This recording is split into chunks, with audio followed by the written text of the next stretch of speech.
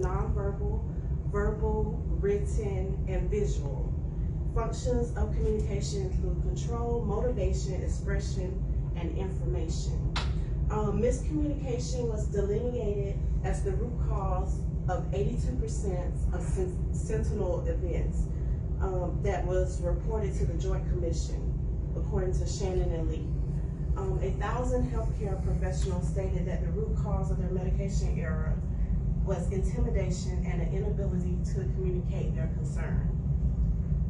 Some of the evidence-based practices, I found a guideline, and some of that communication included the ways that we could enhance communication, included clarification of team member roles, standardized documentation systems, delineating a process for conflict resolution, consistent nursing teams, multidisciplinary education, encouraging a culture of open dialogue, open communication, and collaborative rounds.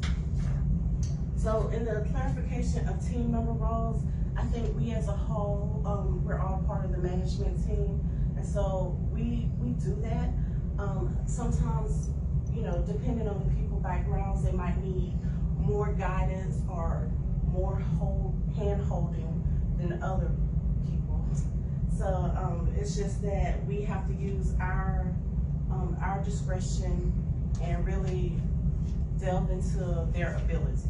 And if we find that they're lacking, then we want to re-educate them, and we do all this through communication. So communication was a good leading into the PDPM and MDS assessments, because it takes a team. It takes a team to complete the MDS, and for us to be successful with our PDPM, we have to communicate well. One of the sheets that I passed around, it talked about the AB. When you look on the computer, this is what you see. When I open up an assessment, this is what I see. So my AB, G, GG's, H, the I, J, L, M, N, O. Part of O is completed by the nursing department, and part of O is completed by physical therapy. Q, C, D, and E, that's all completed by social services.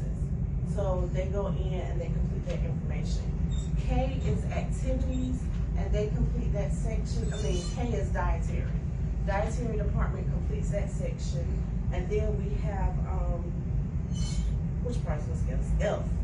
F is the activities department. So one of the reasons that communication is very important is sometimes it's an interdisciplinary team. So therefore it's multiple team members gathering information. If they find something that's, like if we find a weight loss, for example, if we're in the dietary department, then that could trigger a SIG change. If it's a 5% weight loss over 30 days or over 180 days, then it could possibly trigger a SIG change. So we need to communicate back and forth. And if those people don't know to communicate, sometimes we might have to ask them. Another area that a significant change can be triggered is under the M section when you're looking at the skin. So I don't know if everyone had trifolds. I made so many copies, I didn't make these again. All the staff at our building have been getting these each day. So one of the things that our regional had said for us to do during our meetings is that everybody take out their trifolds and everybody participate and look and delineate what the scores are. And so it's a work together effort. So part of the trifold, the first page, it looks at NTAs. And NTAs, so I'm joking. Let me look at my outline, that will help. So the minimum data set is part of the U.S. federally mandated process for clinical assessment of all residents in Medicare or Medicaid certified nursing homes. And then the question is, who participates in completing the MDS? And I went over that. And as a nurse, what kind of education do you need? So most nurse assessment coordinators have an RN degree, and that's needed to sign and lock the MDSs. However, LPNs may complete the MDS and have a supervisor sign off. It's good if you can get your certification. You can obtain that through ANOC. And you can receive the RAC-CT certification. PDPM, in July 2018, CMS finalized the new case mix classification model, and we started that October the 1st is when it rolled out. So we're still, it's very new. So we're all getting into the process of how to do it best, what's the best way to do it, and just get everybody familiar with the system. Because we've been doing PPS for years now. It's brand new October. We just started this new system. Payment used to be driven by therapy, now it's case mix driven. So it used to be therapy, as long as they was getting a lot of therapy, yes, we knew we was gonna get a lot of money for that patient. Not anymore. It looks at the nursing part of it, and so the nursing part of it is the NTAs. Nursing is scattered all the way through, but this is a specific section in regards to it.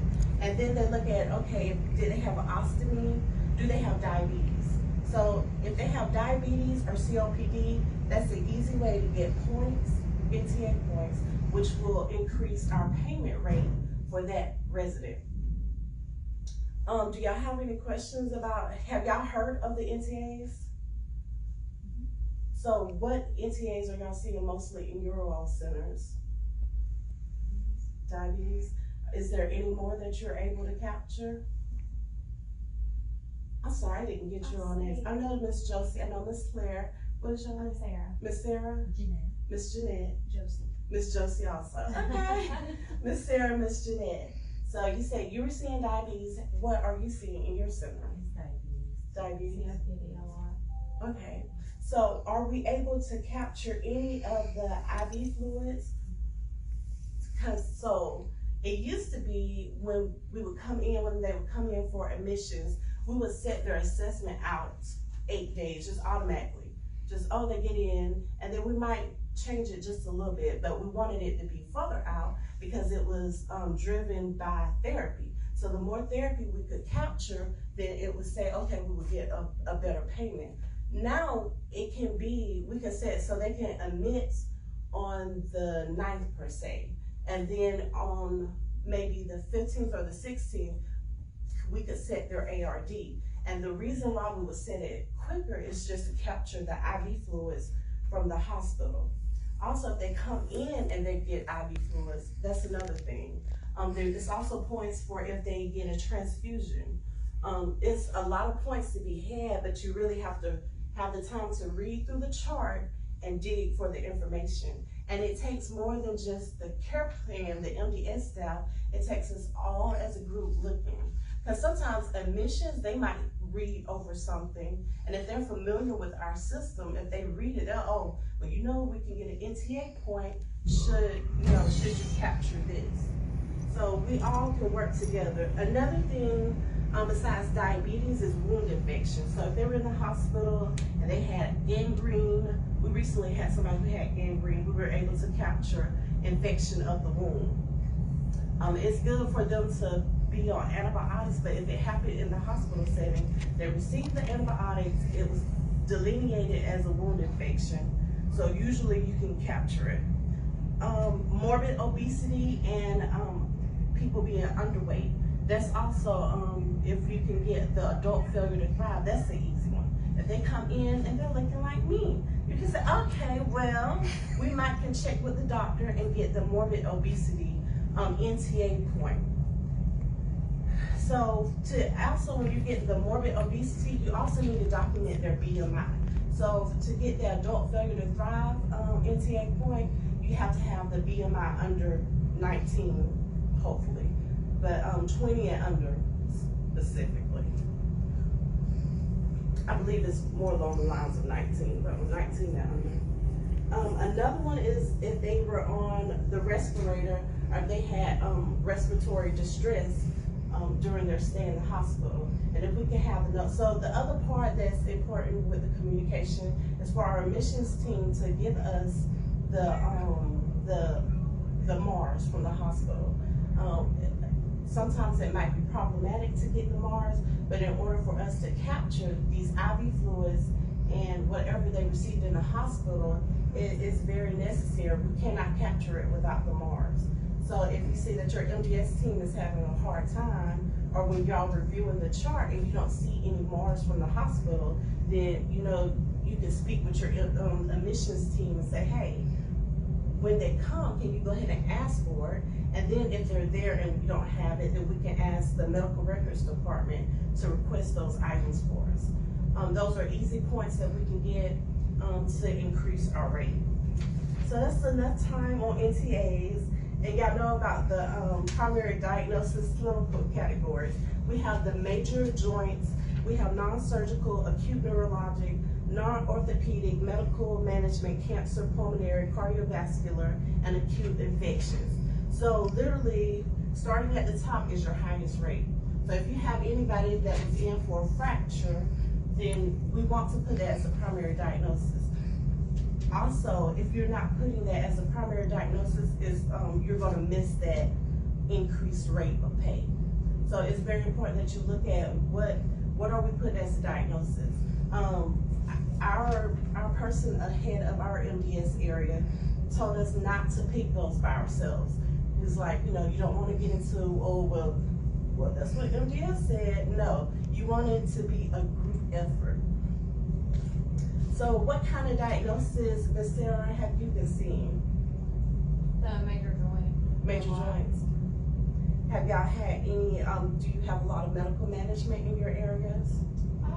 Yeah, there's been a few. I know for our facility, we see a lot of medical management. It's mostly what we get. And we have a lot of humanas. So it's not helping our pay rate, but that's just what we're getting. For our Medicare people, it's normally medical management. So it's when you get that resident and they're in for, say for instance, they're in and they have a couple of primary diagnoses, you want to get with your team when y'all looking at the chart and delineate which one is the best rate of payment. So say for instance, they didn't have the major joint, they don't have the non-surgical, but they had an infection, and then they had just regular kidney disease or something that was under the acute neurologic. You want to pick the one that's at the highest. So it's good, it's really good when y'all are going through the charts to have out your trifold, just so you can read through it and have an idea, what all is going on. And it's just to become familiar with it. So moving on from that, we have the speech component of it. And the speech component looks at, do they have the presence of acute neurologic condition? Do they have SLP comorbidities or cognitive impairment? And so that's on social services. They're gonna do the BIMS and the PHQ-9, and then we're gonna see like, okay, do they have any confusion? And then that's also important when we get to the nursing function, because it looks at your GG section, but it also looks at if the resident has depression present or if they don't have depression. Do you know if in your center, Ms. Josie, you've been able to capture depression when they first come in?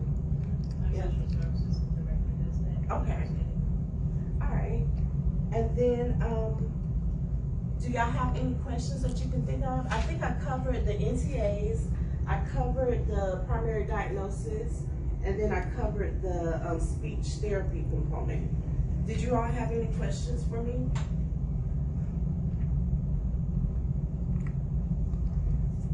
Are y'all seeing anything in your areas that you think that we could improve on as the MDS team? Okay. All right, well, I think I hit all of the areas, and did I have any further questions? You can stop. Did you?